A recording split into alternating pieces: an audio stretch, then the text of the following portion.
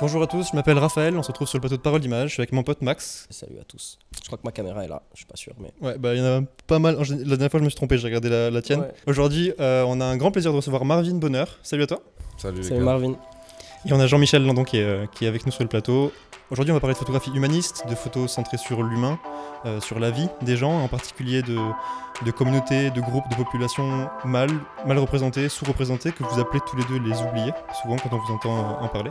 Bienvenue dans Parole d'Image.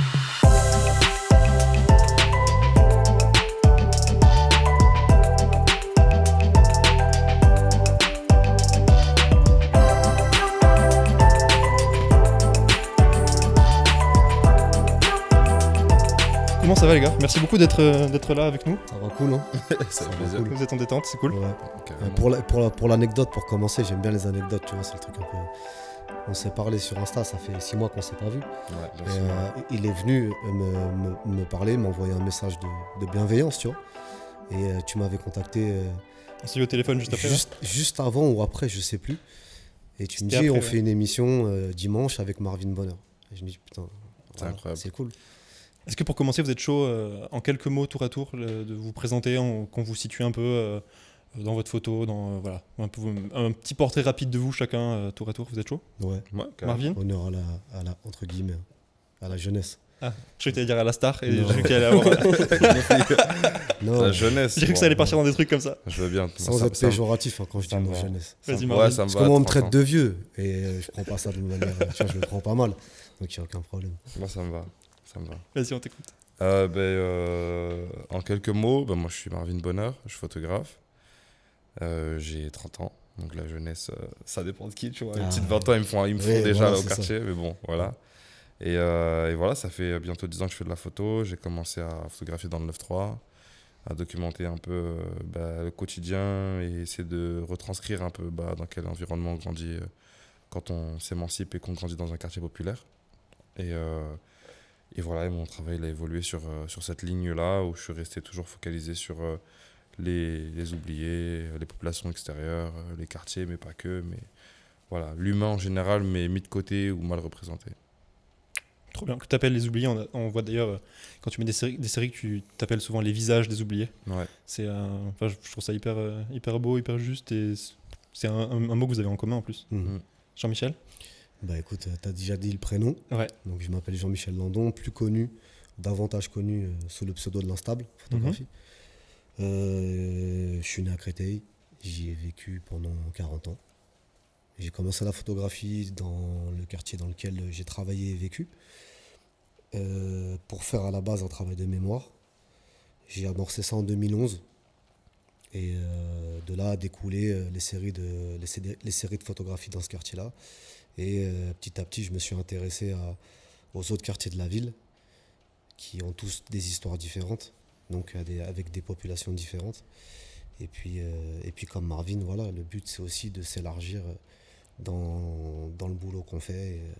Aujourd'hui, moi, je me qualifie plus de photographe social Mhm. que de photographe docu ou reportage, tu vois. Mais D'accord. on pourra le développer. Ok.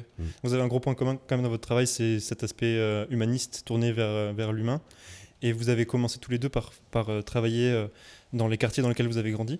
Est-ce que vous avez directement commencé avec un message, c'est-à-dire une mission que vous êtes donnée, en mode il faut mettre en avant tout ça, ou c'est juste que vous étiez chez vous et que vous avez documenté la vie comme n'importe qui documenterait la vie chez lui ailleurs? Moi, me concernant, ça a été une réflexion sur comment je pourrais amorcer un travail de mémoire sur un quartier qui va disparaître entièrement. C'était pas la réhabilitation lambda comme on peut l'avoir, c'était la destruction totale du bâti. On parle de où là? Des Sablières à Créteil. Ok. Bon, après, moi, j'ai grandi, j'ai vécu dans 3 quartiers différents, tu vois, j'étais un peu... Et donc, voilà, je me suis dit, qu'est-ce qui pourrait représenter la vie de tous les jours? Et la photo est venue comme ça parce que je me suis dit, c'est facile. Forcément, tu connais pas le métier. Je me suis dit, c'est le plus facile. Et après, j'ai découvert des choses qui ont fait que j'ai compris pourquoi j'avais pris la photographie comme outil. Mais c'était d'abord pour immortaliser nos moments vécus. D'accord. Et pour faire un pied de nez aussi à toutes les idées reçues qu'il y avait sur le quartier, comme Marvin, il a grandi au 3000, Et voilà, quand on entend 3000, et voilà, c'est pour faire un pied de nez un petit peu à toutes les représentations fantasmées qu'on peut avoir. Ouais, il y tous les avait- clichés qu'on peut avoir quand on n'y est C'est pas. ça, Et... c'est ça. Il y avait de ça, quoi. Ok. Donc, Et toi, Marvin, c'était Bah, directement une mission que tu t'es donnée ou tu t'es rendu compte après que peut-être ça avait un impact, tu t'es dit, ok, je prends cet élan-là ou...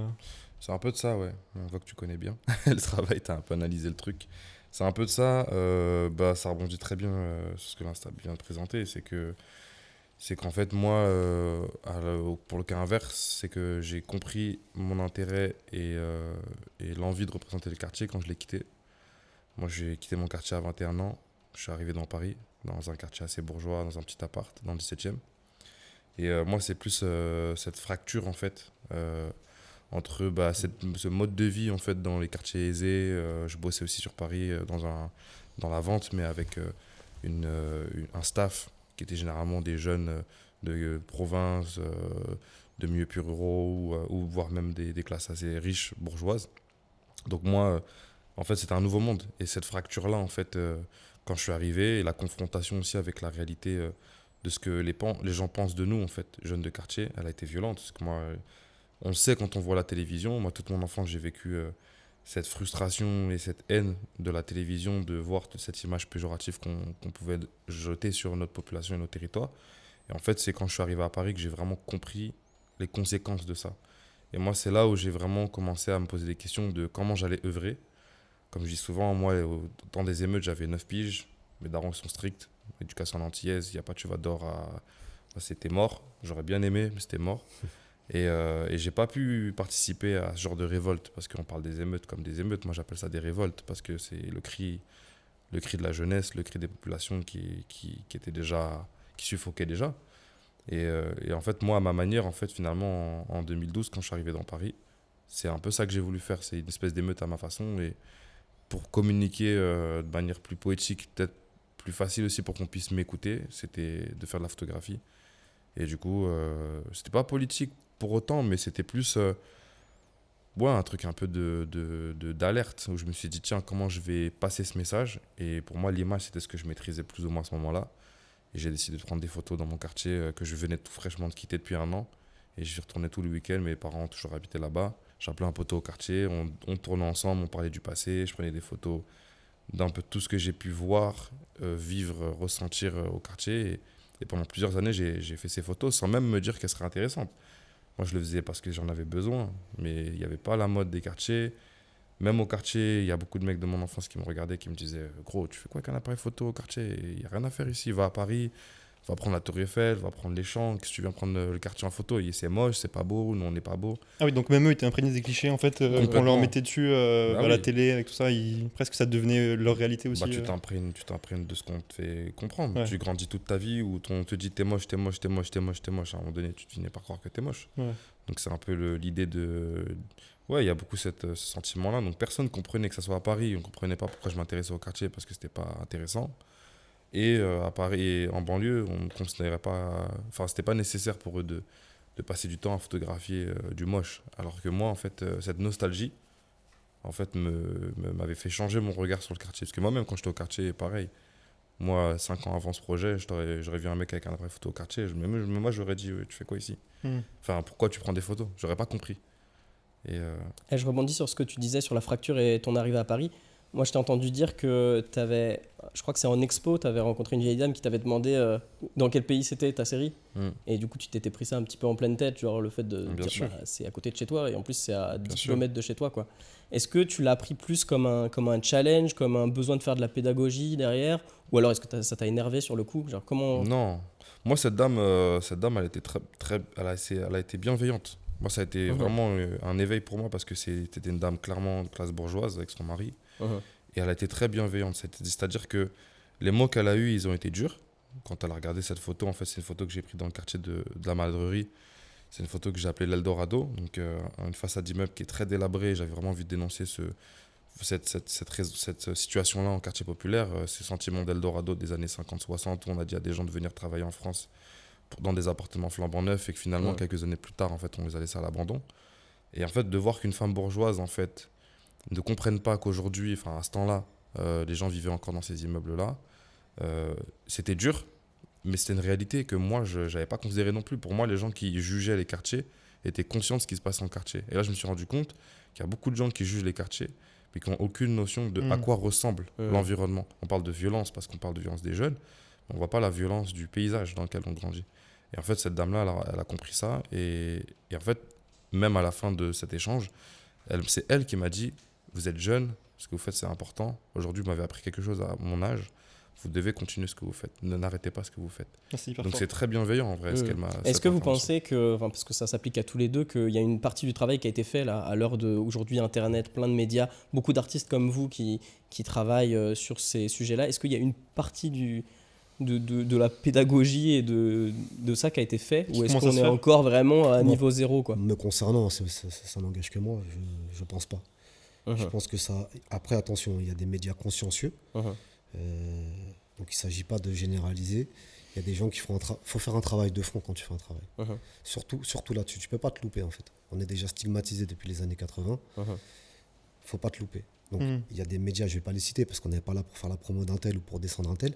Il y a des médias que moi je trouve très consciencieux dans leur travail, qui sont entre guillemets objectifs. C'est dur d'être objectif, mais qui sont pas dans des représentations qu'on a pu avoir et qu'on peut avoir. Et il y a d'autres médias à l'inverse, tu vois, qui entretiennent. Mais malgré eux, moi j'ai déjà parlé avec ces gens-là, tu vois, hein, j'ai déjà échangé. Ouais, en off un peu, ouais. Ouais, bien sûr. Okay. Parce que c'est des gens qui viennent de mon milieu social, c'est des gens qui ont sûrement un bout d'histoire comme la mienne, tu vois. Et ils n'ont pas conscience de ce qu'ils font. Ils n'ont pas conscience du message qu'ils transmettent, tu vois. Donc, ils participent au fait que ça ne bouge pas, quoi. Ouais, ils participent surtout au fait que de toute façon, ça ne bougera que par nous-mêmes. Ce n'est pas un média qui va faire bouger les choses. C'est les individus, en tant qu'individus, en tant que groupe, qui feront que les choses changent. C'est très facile de se plaindre. On se plaint, nos anciens, ils se sont plaints, nous, on s'est plaint. J'ai 44 ans, moi, aujourd'hui, tu vois. Et j'ai entendu que ça. Mais il en va de notre responsabilité, à nous d'abord, tu vois. Votre process, il est intéressant parce que vous faites des images au plus près des gens qui vivent dans les quartiers que vous documentez. Est-ce qu'il y a un process d'intégration au début? Comment ça se passe, du coup, vous qui êtes très près des habitants, des gens qui sont dans leur milieu de vie, dans leur intimité aussi? Ça se passe comment? Vous commencez par une phase sans l'appareil photo, vous allez discuter avec eux, ou peut-être que vous êtes dans un quartier que vous connaissez, ou dans lequel vous êtes déjà intégré, et à ce moment-là, c'est déjà fait. Quand vous allez peut-être dans une autre série, toi par exemple, tu as bossé avec Jean-Michel avec La Jungle de Calais. Ouais, j'ai fait Calais, j'étais au Maroc l'année dernière dans un orphelinat aussi. Voilà. Tu vois. Donc là, c'est pas en l'occurrence des milieux dans lesquels tu es intégré directement. Non. Et donc ça se passe comment? Comment tu t'intègres là-dedans pour... C'est d'abord, pour moi, le respect de l'environnement dans lequel tu es. Ça passe par là. C'est-à-dire que si tu n'as pas les codes, si tu n'as pas la bienveillance nécessaire, si tu n'es pas à l'écoute de l'autre, ça ne donnera rien. Tu vois. Parce qu'il faut un photographe reporter, un photographe documentaire, il faut qu'il s'imprègne du milieu dans lequel il est. Sinon, la photo ne traduit rien. Tu vois. Il n'y a pas d'émotion. Quand je regarde certaines photographies, je me dis, ouais, ça se voit que le mec était de passage. Tu vois. C'est pas une critique, chacun travaille comme il veut. Mais pour moi, la photo comme on l'entend, la photo docu, t'es là, t'es en immersion. Donc, moi, me concernant, quand je vais dans certains quartiers, parce que j'ai dépassé le 94, tu vois, j'ai beaucoup fait le 93 aussi, mais je laisse la partie à Marvin. Non, je plaisante. Mais tu vois, moi, je passe par des assos, parce que je sais déjà qu'il y a un cadre. Là, c'est une association, et l'association, elle est au cœur du quartier, elle connaît les populations, donc c'est un bon guide, entre guillemets, tu vois. C'est la manière de se faire identifier le plus globalement possible par les gens, tu vois. Quand tu passes par l'asso, t'es pas vraiment un inconnu, pour le coup, parce que t'es déjà passé par un acteur du quartier ou une actrice du quartier, et puis après, c'est du travail de... Pour ma part, je peux venir sans appareil photo pendant une semaine, tu vois. Ah ouais? Ouais. Tant que je sens qu'il y a encore de la réticence, je viens pas avec l'appareil. Tu vois. Après, quand je sens que les gens sont prêts, je prends l'appareil, parce que j'ai discuté au préalable avec certains, ils ont compris la démarche. Le monde de l'image aussi, il est important, et on en a de l'image, donc ils voient. C'est important, la représentation. Ils voient ce qu'on fait, et de mettre en image des mots, c'est beaucoup plus simple. Tu vois. Marvin, toi, C'est pareil, c'est la même Ouais, approche? je suis assez proche du même process, hein. Moi, je parle beaucoup de sincérité.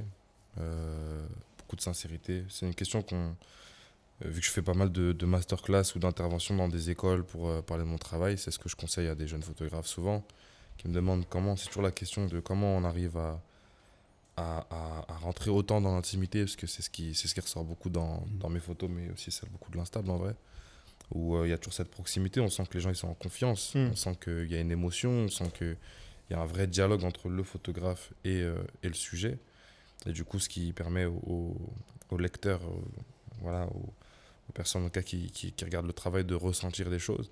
En fait, ce travail-là, si on arrive pour pouvoir l'atteindre, c'est pas quelque chose qu'on apprend à l'école pour moi. C'est pas quelque chose en fait, c'est presque psychique. C'est une émotion, il faut être vrai, faut vraiment s'intéresser. Et c'est pas vraiment s'intéresser parce qu'on veut vraiment avoir ce rendu. C'est sincèrement être intéressé par le sujet et le groupe d'individus et personnes et le territoire qu'on photographie. À partir du moment où on a ce principe-là, tout est plus simple. En fait, il n'y a même pas besoin vraiment d'y réfléchir, en fait. Il n'y a pas vraiment de process parce que c'est pas scolaire. Il n'y a pas un mode opératoire. On n'arrive pas en posant les mêmes questions, on n'arrive pas en ayant le même discours. Parce qu'en fait, chaque personne qu'on considère, on les considérera pour ce qu'ils sont eux. Et donc, on adaptera automatiquement un comportement respectueux envers la personne qu'on rencontre. Et ça que ce soit avec des jeunes, des moins jeunes, des personnes de Paris, du 9-3 ou à l'étranger pour ma part, parce que j'ai aussi beaucoup photographié à l'étranger. Même quand je vais changer de langue, donc qui peut être quand même une barrière, bah finalement, en fait, en ayant ce process de respect et de considération des gens que je rencontre et un vrai intérêt sincère, en fait, mes portes étaient ouvertes partout. C'est ça, il a dit le mot, c'est la considération. Mais de toute façon, ça, je ne vais pas rebondir sur ce qu'il dit, mais je rejoins totalement ce qu'il dit. C'est quasi inné, en fait.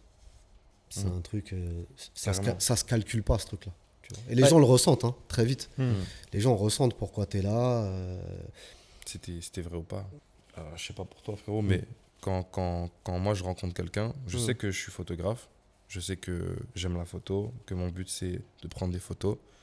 Mais quand je suis dans un process, par exemple, le vrai travail que j'ai fait, la découverte de ce travail-là, c'est quand j'étais à Londres. Je passais 80% de mon temps à discuter avec les gars et traîner avec les gars. Je n'ai pas de photos. Parce qu'en fait, je ne veux pas prendre de photos. Les photos, elles viennent toutes seules. C'est comme si je te propose un café, en fait. On discute, et à un moment donné, il y a un certain feeling qui fait tiens, je prends une photo parce que tiens, ça me parle, tu vois. Mais je ne vais pas parler avec toi en attendant le moment de prendre une photo. Parce que c'est pas comme ça que ça fonctionne. En tout cas, pour ma part, c'est pas comme ça que je fonctionne. Je viens pas en me disant tiens, aujourd'hui, je vais faire 20 photos. Aujourd'hui, des fois, j'ai passé des après-midi entières dans des quartiers incroyables avec une imagerie folle que je sais que les gens auraient adoré voir, que c'était pas le but. Moi, je me suis imprégné de ce que j'ai vécu. On a eu un vrai échange parce qu'on donne, mais on reçoit aussi. On reçoit plus qu'on ne donne d'ailleurs. Et finalement, les photos, elles viennent au feeling en fait. C'est ça, c'est le feeling. Tu oublies presque qu'il y a un appareil photo, c'est presque vos yeux directement. C'est ça. Là où si tu arrives dans un quartier qui n'est pas le tien, dans un pays qui n'est pas le tien, caché derrière ton appareil photo, c'est fini. Soit tu as une grimace de stupéfaction, soit tu as le fameux. C'est la distance. Comme ça, tu sais, quand tu veux te cacher. En fait, il n'y a pas de distance, je trouve, dans son travail. Comme très peu de photographes d'ailleurs que je suis, il le sait très bien, je ne sais pas parce qu'il est là. Il y a très peu de photographes qui font du docu, qui parlent en tout cas de l'humain. Ou même des renommés, hein. Je te parle forcément des photographes d'aujourd'hui, je te parle même de références pour m'a souvent montré des livres photos d'anciens photographes reporters. Il y a beaucoup de reporters qui traitent l'humain où ce qui me touche pas moi, c'est cette fameuse distance. Et cette distance, elle se crée parce que justement tu es dans un process de reporter. Je pense pas qu'on soit, en tout cas, je veux parler en son nom, mais je pense en tout cas pour ma part, je suis pas dans un process de reporter, même si je sais que mon travail s'approche de la photographie reportage. Mais moi, je suis plus dans une approche humaine. C'est-à-dire que je suis pas, comme je dis souvent, je ne suis pas passionné de photo. Je suis passionné d'humain. Moi, c'est les gens que je kiffe. Je peux passer une journée, kiffer un gars ou une meuf, passer une après-midi entière, manger ensemble, aller en soirée ensemble. Et je vais me rappeler le soir. Des fois, ça m'arrive souvent d'ailleurs de rentrer chez moi et me dire merde, t'as pas pris de photos. T'as oublié de prendre tes photos. Parce qu'en fait, j'ai tellement vécu le moment. Et il y a ce petit truc de, voilà, en tant que passionné quand même, enfin, pas passionné parce que du coup, c'est pas une passion, mais ce truc dont on sait qu'on est capable de faire des photos qui auraient pu marquer ce moment que tu as envie de partager avec les autres, tu as envie de montrer que cette personne que tu as rencontrée est incroyable. C'est plus ça que moi j'ai envie de partager. C'est pas la beauté du territoire ou d'une personne. C'est tout ce qu'elle dégage, toute l'énergie qu'elle dégage, les bonnes ondes qu'elle dégage, qu'elle m'a donné. C'est ça que j'essaie de capter pour que les gens se rendent compte que les populations et les personnes que je rencontre, ce qui dégage, c'est ça que je veux capter. C'est pas, je sais pas comment expliquer ça, j'ai peut-être pas les bons mots. C'est très bien clair. expliqué, clair. c'est bien résumé. Mais c'est pour ça que je te disais au début, aujourd'hui je me qualifie plus de photographe social. Mais avec ce pas en arrière mais qui moi, est il pas y a fait. il y a une fibre sociale à chaque fois. Quand je passe dans un endroit, il faut que je laisse quelque chose, avec toute l'humilité que ça doit comporter. Hein. Partout où je suis passé, j'ai laissé un truc. J'ai des trucs, vraiment des petits trucs bêtes, tu vois. Bon, après, moi, je suis éducateur depuis c'est la moitié de ma vie, tu vois. Je suis éducateur spécialisé. Donc, il y a toujours ce truc, tu vois. Quand je viens, je vois des jeunes un peu en détresse. Si je peux donner un coup de pouce, je le donne. S'il y a un gamin qui a besoin d'un CV, ok. S'il y a un gamin qui a besoin... Il y aura tout le temps ça, tu vois. C'est automatique. Je suis parti au Maroc. C'était un challenge. Il fallait que je bosse en 5 jours. J'avais déjà dans l'idée de faire un livre photographique et de reverser l'intégralité à l'association, tu vois. C'est pour ça que je te parle de photographie sociale. Il faut derrière que tu laisses quelque chose. Mais encore une fois, vraiment, j'insiste, avec toute l'humilité que ça doit comporter, tu vois. Ça peut être un sac poubelle. Il y a un quartier à Créteil, les jeunes, ils squattent dans le même endroit, pas de poubelle. Je me rappelle de ça. Et j'ai appelé la mairie, je leur ai dit, ouais, c'est comment? Et je connaissais un mec, et ben depuis 2017, tous les jours, il y a 2 énormes sacs poubelles qui sont accrochés à des barrières, et il n'y a plus un truc par terre, tu vois. Et c'est bien pour tout le monde. Ça responsabilise tout le monde. Et c'est des petites actions citoyennes comme ça. Ouais, tu vois. Moi, j'ai même décidé il y a 2 ans de reverser un pourcentage. Alors après, ça c'est aux familles, aux jeunes, en fonction de plein de choses, mais un pourcentage des photos que je vends. Parce que comme il l'a justement dit, c'est grâce à eux qu'on en est là. C'est pas grâce à nous. Sans l'autre, t'as rien. Tu vois.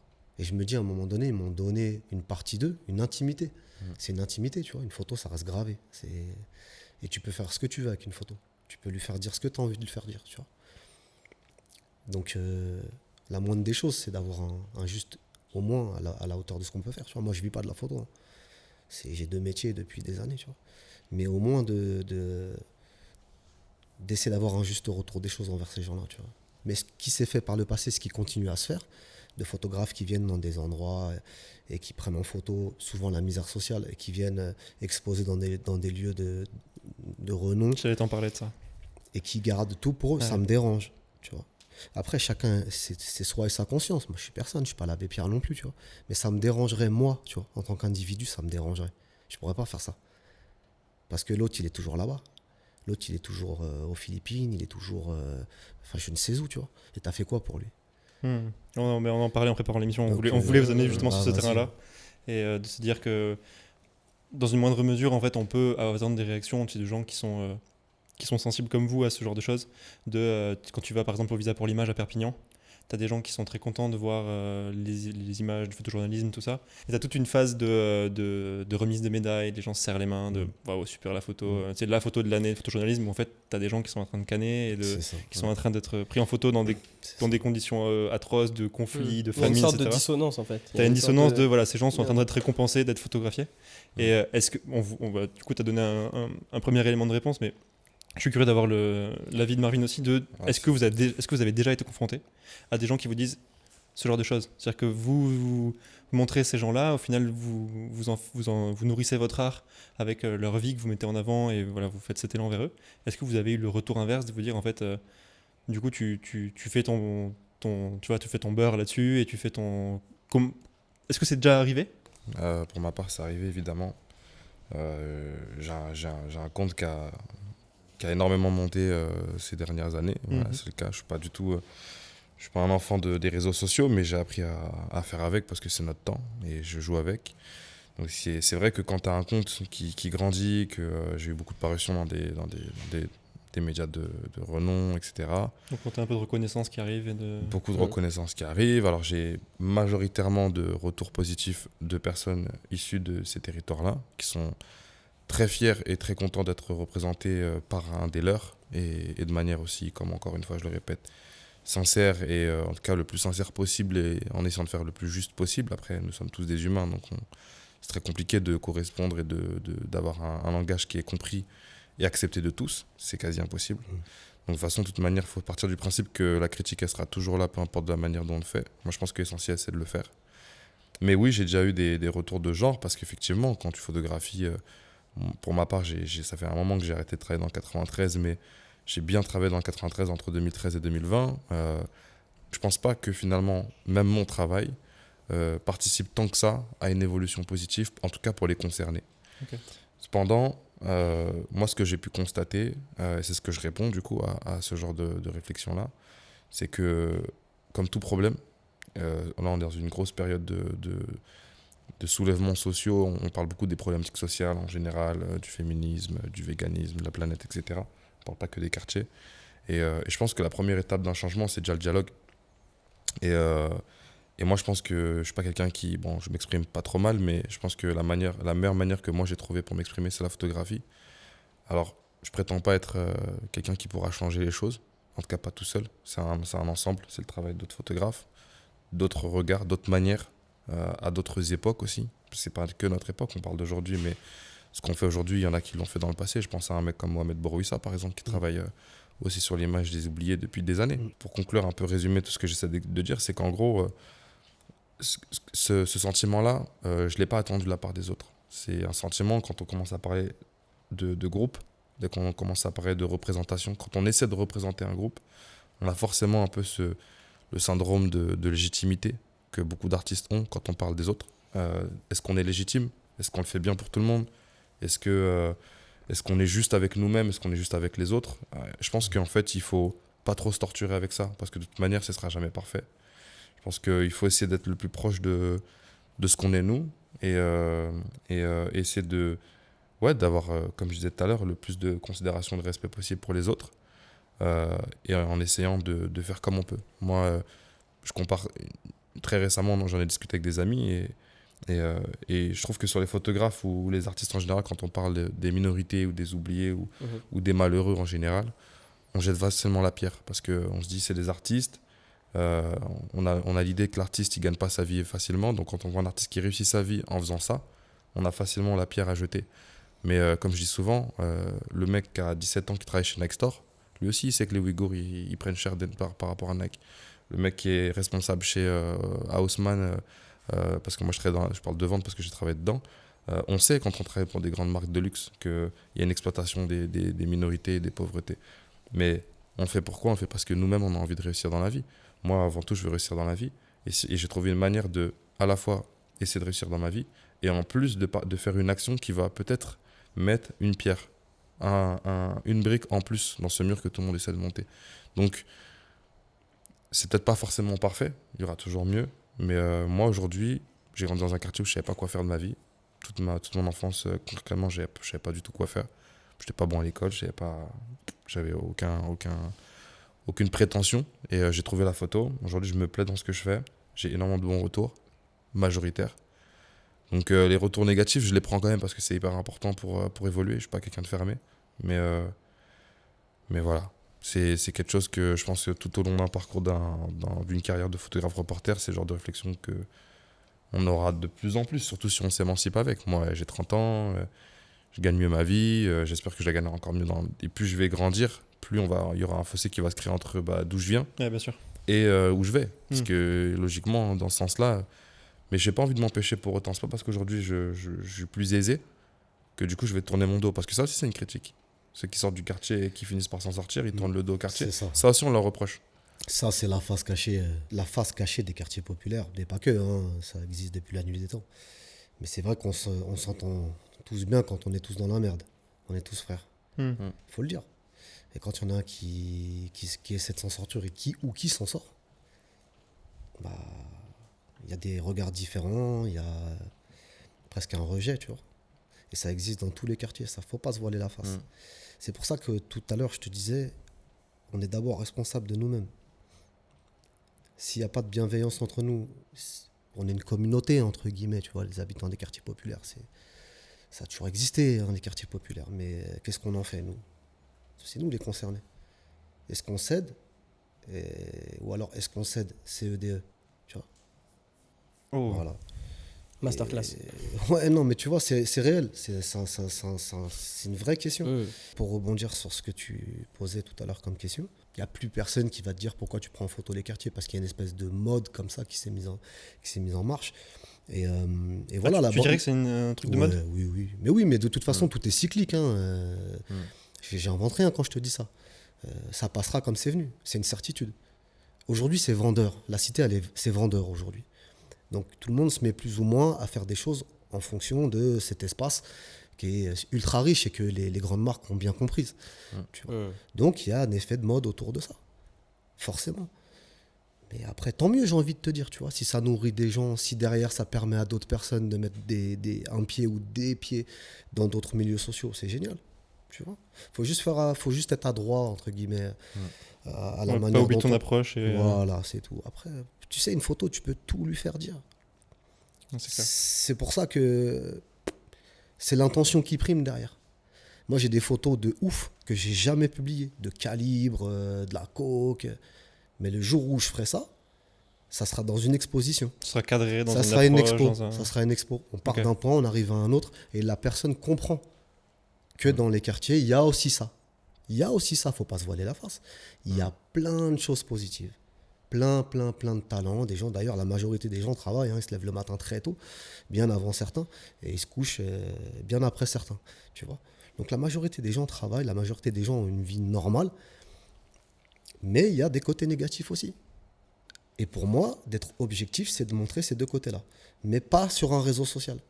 Là où tu vas isoler une image, tu vas dire C'est là ça. tu veux faire le buzz avec ton rail C'est de coque. ça. Ou, Tu vois, Exactement. je suis pas dans le spectaculaire. C'est une chronologie. Et ça se montre lors d'une expo où tu peux défendre, où tu peux expliquer ton travail, parce que ça se défend là, à un moment donné. Tu vois. Ouais, tu mets des cadres, tu mets, Ça se tu mets des défend. points de Si début, tu d'entrée. prends un mec avec une calage dans les mains, ça se défend. Ouais. Pourquoi? Comment? Où? C'est quoi le message? Si tu poses ça sur un réseau, c'est fini. Enfin, moi, me concernant, je veux pas faire ça. Mais encore une fois, chacun est libre de faire ce qu'il veut. Je suis pour la liberté de chacun. Tu vois. Je vais proposer un petit jeu, si vous voulez bien. On aime bien se perdre et laisser un peu la chance au hasard pour rentrer un peu dans votre process, dans vos images et dans vos expériences. Je vais aller sur ton compte, Marvin, et je vais scroller sans regarder. Max va m'arrêter et on aimerait bien tu vois, avoir les coulisses, l'histoire derrière une photo.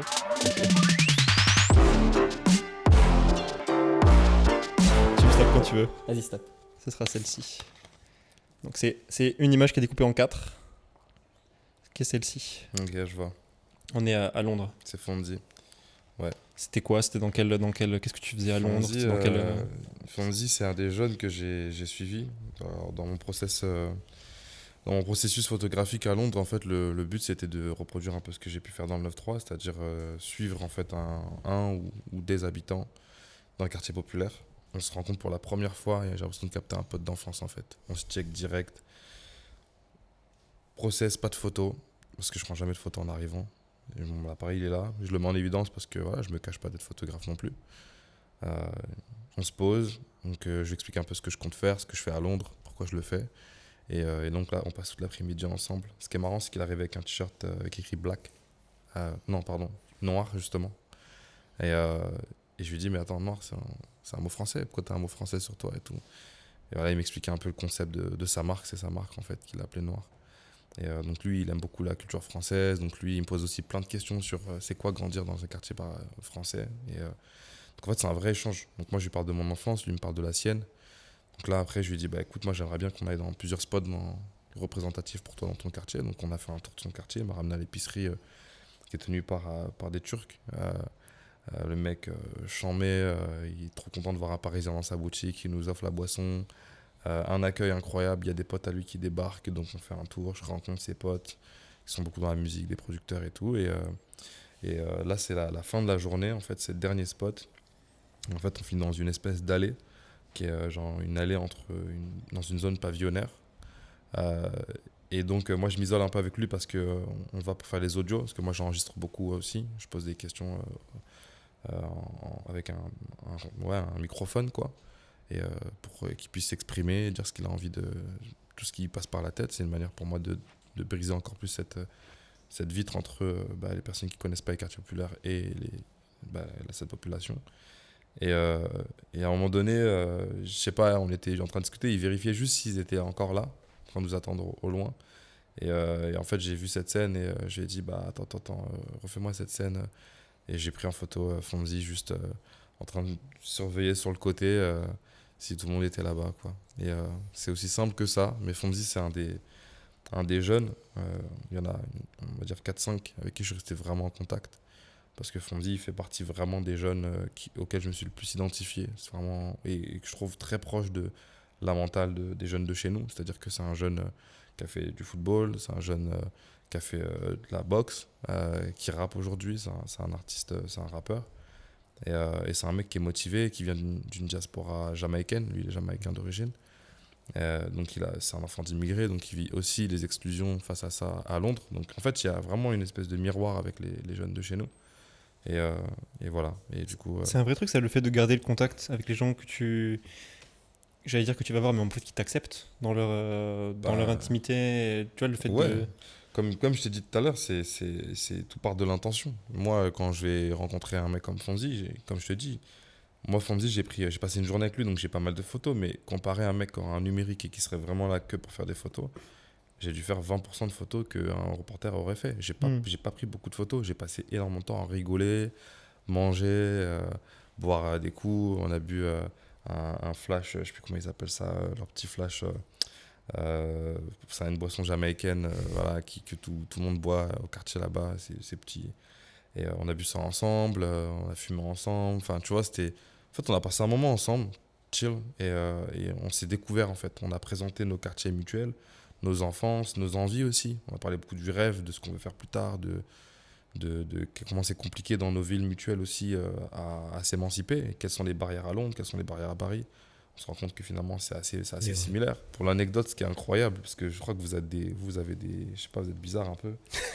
Mais le manager de Fonzi, je l'ai croisé. Ça fait 2 ans que je ne l'ai pas vu. Je l'ai croisé hier soir en soirée. Parce que hier soir, il y a eu un événement à Paris, là, entre des DJ de Londres et des DJ de Paris. Et en fait, le manager de Fonzi, il manage aussi un DJ qui a mixé hier à la Wanderlust. Et je l'ai croisé hier soir par totalement hasard. On s'est croisés, j'ai fait « Oh, qu'est-ce que tu fous là ?» Il s'appelle Marley. Et voilà. C'est pas un hasard. D'ailleurs, Fonzi est sur le plateau. C'est un commenté en fait. On calcule tout. C'est zéro du hasard. C'est On calcule incroyable. totalement. Trop cool. Incroyable. Trop cool. L'histoire est top. Et puis, je sais pas si Fonzi parle pas français, donc il peut pas voir l'épisode. Mais Yeah, big up Fonzi. On lui fait un gros big my up. family.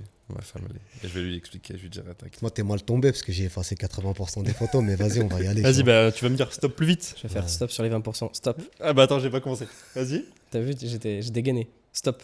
Ce sera celle-ci. On est au Maroc. On est au Maroc, c'est un truc de fou. C'est la première photo que j'ai prise. Incroyable. Ah, vous êtes des C'est magiciens, les mecs. C'est la première photo que j'ai prise. C'est complètement ouf. C'est ce tout premier clic. La première photo que j'ai prise, c'est véritable. C'est véridique, pardon.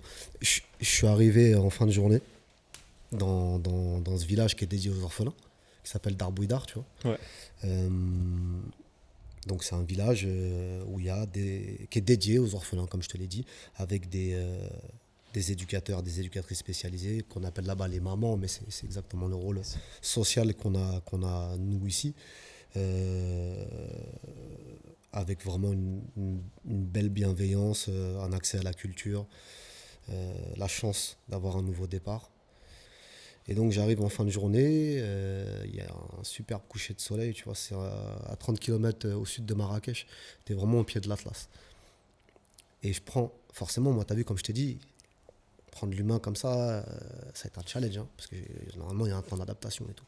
Et je vois cette gamine qui est de dos, donc je viens discrètement, tu vois, et elle m'a senti. Et elle s'est retournée, j'ai cliqué. C'était la première photo que j'ai prise. C'est aussi simple que ça, tu vois. C'est incroyable ce que tu m'as fait. On adore cette séquence. Ouais, c'est ouf. On a même tendance à dire que magiciens. souvent le fait de revenir sur les anecdotes, c'est ce qui nous intéresse le plus. Ouais, mais Et en que plus, tout le reste, le studio, l'intro, les discussions, en c'est un plus, prétexte c'est pour faire ça. Tu vois. c'est pas. Enfin voilà, on est sur un truc qui est pas préconstruit tu vois, c'est pas vu en coulisses, tu vois ce que je veux dire. Non, c'est du hasard. C'est du hasard, mais moi je crois pas au hasard encore une fois. C'est ton dernier Mais- sujet, les orphelins. Non. C'était quoi ton tout dernier sujet? Et je traite un sujet actuel qui est sur les mères isolées, donc je suis toujours dedans. Je l'ai commencé il y a très longtemps ce sujet-là, mais c'est un sujet tellement délicat que je veux pas me tromper. Je pourrais me tromper, mais en tout cas quand je le fais, je veux pas me tromper. Je suis 10 femmes dans leur quotidien, 10 mères isolées. J'ai travaillé en partenariat avec le Palais de la Femme, tu vois. Et voilà, ça dressera des portraits de ces femmes-là avec chacun une anecdote. J'ai pas voulu tomber dans le misérabilisme, racontez-moi votre vie, on sait que ça a été dur. Tu vois. Donc il faut que ce soit nuancé, il faut que ce soit coloré, en même temps que ce soit... Et donc je travaille dessus, tu vois. Je travaille toujours dessus. Le Maroc, ça a été l'année dernière. Moi, tu vois, je suis très peu productif. Je suis lent. Je suis laborieux même. Il y a un mec qui m'a dit, mais non, si, je suis laborieux. Il y a même Brassens, il l'a dit, je suis laborieux. Pourquoi moi, tu vois, je suis vraiment laborieux dans mon boulot, tu vois. En plus, je suis très peu satisfait. Donc, je suis assez lent. Je suis pas trop productif. Je suis comme, en vérité, on se ressemble un truc d'ouf, Marvin et moi, tu vois. Comment tu fais pour savoir que tu dois rentrer, que c'est fini? Sachant que, tu vois, je sais pas du tout, peut-être tu as prévu un temps où tu passes là-bas, ou alors à un moment tu te dis, je sais pas, j'ai vu ce que je voulais voir, je pense pas que ce soit possible de se dire ça. Donc, Non, j'allais te couper justement, c'est jamais fini. C'est fini par la contrainte. Tu dois Parce rentrer et tu coupes. Voilà, parce on a tous une vie, tu vois, on a tous des impératifs, donc c'est fini par rapport à ça. C'est fini par rapport à notre vie à côté. Mais en vérité, c'est jamais fini. Parce que c'est ancré en nous. C'est jamais terminé, en fait. Parce que la vie, elle continue, en fait. Toi, tu la documentes au fur et à mesure des événements, des années qui passent. Tu vois, 2005, c'était pas 2010. La société va super vite. 2010, c'était pas 2015, et ainsi de suite. Avec tous ces moments de vie que vous avez vécu, avec les gens que vous allez voir, avec les populations que vous mettez en avant, vous devez forcément avoir dans votre carrière de photographe humaniste des moments particulièrement forts, qui vous ont vraiment plus marqué, plus touché, plus ému, pour des raisons d'inspiration, des choses tristes ou au contraire très heureuses. Si vous voulez bien, nous en raconter une qui vous a particulièrement marqué chacun tour à tour. Moi, généralement, en fait, j'ai été en train de réfléchir en même temps, parce qu'en fait, c'est assez proche de l'Insta, parce qu'en vrai, moi, c'est vraiment un truc, j'ai pas d'image, c'est plus, je dirais pas, c'est un peu le même principe que du moment, mais moi, je dirais plus une série. Moi, j'ai une série récemment qui m'a énormément touché, mais pas par la série photo, mais plus par le sujet en lui-même. J'ai passé un mois en début d'année là sur l'île de Mayotte, qui est le plus grand bidonville de France et le plus grand orphelinat à ciel ouvert de France. C'est aussi la plus grande maternité de France. Donc c'est une île qui a des problématiques, je pense que vous imaginez le décor. Donc c'était assez puissant. Moi qui suis très très touché par la jeunesse, parce que je suis quelqu'un de très nostalgique, donc moi-même je suis très attaché à ma jeunesse, aux personnes que j'ai fréquentées jeunes, mes potes jeunes. Tout ce moment de jeunesse, ces émotions, ces ressentis quand on est un gamin, en fait, c'est des moments qui m'ont marqué, qui m'ont même traumatisé parfois. Donc je suis très sensible aujourd'hui à ce que peuvent vivre des jeunes, parce que je sais l'impact que ça peut avoir sur eux. Et le fait d'avoir passé un mois avec... on a tenu des ateliers pendant un mois avec l'association Sadaka, avec laquelle je suis parti, qui est tenue par Julia Daka, pardon, qui est la directrice, la créatrice de l'association, qui est aussi elle-même artiste. On a fait des ateliers de photographie, de design et d'illustration pour des jeunes en situation irrégulière, demandeurs d'asile, repris de justice, orphelins et toute autre problématique assez dure, en tout cas pour des jeunes. Et c'est vraiment une période qui a été difficile en tant que photographe, parce que justement, quand on parlait tout à l'heure de considération des personnes qu'on rencontre, c'était extrêmement compliqué d'oser prendre en photo, en image, en fait, ce que je voyais, parce que c'est des images qui sont dures, parce que c'est une réalité qui est dure, c'est une responsabilité énorme en tant que photographe de marquer, d'immortaliser ces moments, parce que les images, comme le confrère L'Instable l'a bien expliqué tout à l'heure, on peut faire tout ce qu'on veut avec une image. Donc, et pareil pour quelqu'un qui regarde une image. On a des intentions, mais parfois, selon chacun, on peut comprendre une image différemment. Donc il y a aussi ce risque-là quand on prend de la pauvreté extrême. Parce que là, on parle vraiment de pauvreté extrême. Des bidonvilles avec des enfants qui marchent pieds nus, qui sont blessés, qui ont perdu leurs parents, qui sont complètement abandonnés. Ces photos d'ailleurs que je n'ai pas postées sur Instagram pour le moment. Je suis encore en réflexion de savoir comment je vais les présenter. J'ai présenté quelques photos les plus faciles, on va dire, à montrer pour moi dans une expo que je tiens en cours en ce moment. Que tu fais actuellement, alors là on tourne en août, mais au moment où l'épisode sort, l'expo est sûrement terminée. Sera sûrement terminée. Elle finit le 22 août. D'accord. C'est une expo qui était au 35-37. Dans un lieu rue des Francs-Bourgeois, en plein marais, très touristique, très, très bourgeois. J'ai mis beaucoup de textes, c'est justement la nuance, justement, tout à l'heure, Instable a bien souligné l'importance de ce qu'on prend en photo et où est-ce qu'on diffuse son travail. Moi, je suis parfaitement conscient et d'ailleurs, je le rejoins vachement sur cette délicatesse en tant que photographe, de faire bien attention à ça. Moi, j'ai décidé de prendre le parti pris de le faire quand même, de quand même faire voyager mon travail, même dans des milieux qui sont C'est très bien. très bourgeois et parfois. Il faut. Je pense qu'il en faut, je pense qu'il faut. Non, il faut. C'est faut une certitude. Il faut aller d'univers en univers. Puis c'est là où c'est le plus intéressant, quand tu veux Mais mettre la bien sûr. lumière, c'est là où Mais elle n'y est pas qu'il faut aller la mettre. Quoi. C'est un échange mutuel, on se C'est découvre. ça. On se découvre. C'est malheureux qu'en 2022, on se découvre encore. Mais Exactement. c'est important. Mais C'est le cœur de la vie. Si tu restes cloîtré dans ton environnement, peu importe l'environnement, si tu restes cloîtré dedans, tu restes avec tes certitudes, tu restes avec tes appréhensions, Bien sûr, tu restes avec tout ça. Il faut faire voyager son travail. Celui qui a envie de voir, celui qui a envie de voir plus loin, il va le voir plus loin. Celui qui n'a pas envie, il s'arrêtera. il faut aller lui montrer, il faut aller le voir et lui C'est montrer. ça, il s'arrêtera à ses idées préconçues et puis c'est pas grave, tu vois, tant pis pour lui. Mais c'est le but que le travail voyage. Ça, c'est le but, bien sûr. C'est très important. Vous parlez d'un mouvement de gens qui mettent en valeur, d'artistes, de photographes, de musiciens qui mettent en valeur toutes ces populations mal représentées. C'est le moment de nous dire un peu qui on peut aller voir, qui on peut follow, qui on peut découvrir, si on aime votre travail, si on aime votre démarche et qu'on veut en connaître d'autres. Il y en a beaucoup. C'est le moment de passer les big ups, Je laisse les inspirations. je laisse le flambeau d'abord à Marvin, tu vois, et puis moi je te dis. écoute, Ça peut être photographique, ça peut être musical, ça peut être ce que vous voulez. Il y a plein de. Alors déjà, moi, je vais commencer par présenter mon deuxième compte que j'ai créé. Comme ça sera plus simple parce que ça me permet de faire un big up à plusieurs artistes en même temps, étant donné que c'est fait pour. J'ai créé un compte qui s'appelle la Galerie Bonheur. Moi, à terme, j'aimerais ouvrir ma propre galerie qui va permettre d'ouvrir une porte en plus à des personnes qui n'ont pas accès à ce milieu de l'art qui est très élitiste en vrai. Si j'avais mon propre espace, ça me permettrait d'avoir vraiment un pouvoir de mettre en lumière encore d'autres artistes qui sont dans la même sphère que nous, qui viennent des mêmes milieux. Je ne parle pas forcément que de quartier, je parle de tout milieu désavantagé, défavorisé par rapport à ce milieu élitiste de l'art. Donc ça s'appelle Galerie Bonheur. Donc déjà je parlerai de ce compte-là. Si on a envie de découvrir des jeunes talents qui sont dans la même énergie, je vous invite à suivre ce compte-là, parce que c'est ce que je fais. Et si je devais présenter un artiste là récemment, je dirais il y a Claudia Rivera, qui est une photographe péruvienne, française, née en France je veux dire, mais d'origine péruvienne. Elle fait un travail incroyable. Elle fait notamment partie initialement du collectif Éco-Banlieue, mais pour le coup moi je m'intéresse surtout à son travail à elle, qui est notamment sur la dédiabolisation, enfin non pardon, c'est pas le bon mot, mais la déconstruction de l'hypersexualisation de la femme latina en Europe.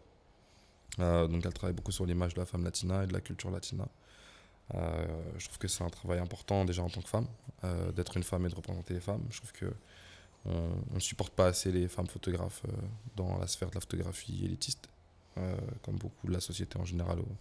On met vachement beaucoup les hommes en avant, de manière générale, mais voilà, c'est pour ça que aujourd'hui je vais présenter deux femmes. Donc il y a Claudia Rivera, donc je vous invite à regarder son travail, et Adeline Rapon, qui est une photographe martiniquaise, qui est aussi née en France, mais qui est d'origine martiniquaise, tout comme moi d'ailleurs, qui fait un travail depuis plusieurs années sur, pareil, beaucoup sur la cause féministe, mais pas que, aussi sur la culture, l'histoire caribéenne, afrodescendante. Elle a fait notamment un travail que moi je l'ai connu comme ça, d'autoportrait, qui remet en scène en fait des peintures et des photographies d'époque postcoloniale des femmes noires caribéennes de la Martinique, qui étaient très fétichisées et presque animalisées. Elle a travaillé sur toute cette imagerie-là pour essayer de reconstruire quelque chose de plus respectueux et cohérent, et même aussi réexpliquer l'histoire aussi des Antilles et de la femme martiniquaise, mais des Antilles au sens large. Donc voilà, globalement, c'est deux artistes femmes. Moi, j'aime bien supporter plutôt des photographes femmes parce qu'encore une fois, voilà, je trouve qu'on n'en met pas assez en avant. Il y en a beaucoup, mais on n'en met pas assez en avant. Elles sont toutes les deux très engagées. Et voilà, je connais plein d'autres photographes, mais aujourd'hui, je vous parlerai de ces deux photographes-là. Et voilà, en ce moment, c'est des photographes qui m'inspirent beaucoup parce que tout simplement par leur détermination à essayer de faire du bien dans la société. Donc voilà, moi je m'entoure que ce genre de photographe et c'est d'ailleurs pour ça que je connaissais l'Instable. Trop chouette, merci beaucoup. Super L'Instable, inspirant. toi, tu as des choses à nous... Bah écoute, moi À je nous vais partager. il y a plein de noms, il y a plein de gens. Alors je vais le rejoindre encore un coup, Marvin, là-dessus, tu vois. Il y a des petites nanas, quand je dis des petites nanas, c'est parce qu'elles sont jeunes, tu vois. Je pense à Vanité Parisienne, tu vois, des jeunes femmes comme ça qui sont sur le terrain, qui couvrent des événements qui sont pas faciles, attention. Hein. C'est pas tout le monde qui va faire, c'est pas tout le monde qui se, du jour au lendemain comme ça, qui se prétend journaliste et qui va sur le terrain. C'est très dangereux. Moi j'ai couvert des événements à l'époque, tu vois, je le fais plus parce que voilà. Mais voilà, je pense plus à ces gens, tu vois, à ces femmes, hein, parce que c'est vrai, quoi, les femmes, elles sont pas mises en avant dans la photographie. Et Jeanne Actu, ça c'est des blagues qui me viennent comme ça, tu vois. Les nanas, moi je leur tire mon chapeau, on s'est jamais parlé, hein, tu vois. Mais voilà, c'est une occasion de leur tirer mon chapeau, parce que c'est des femmes qui sont investies d'une cause noble et qui relatent à leur manière les événements sociétaux et sociaux.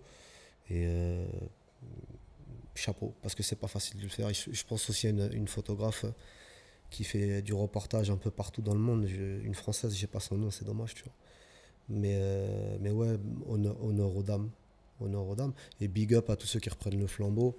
C'est bien, quoi. Continuez, les gars et les nanas, de la même manière, à photographier les quartiers populaires. Alors, chacun sa manière, tu vois. Merci beaucoup les gars d'être venus, d'avoir parlé de merci. votre travail, Merci à vous, les d'avoir gars. partagé votre approche et d'être venus sur ces moments-là.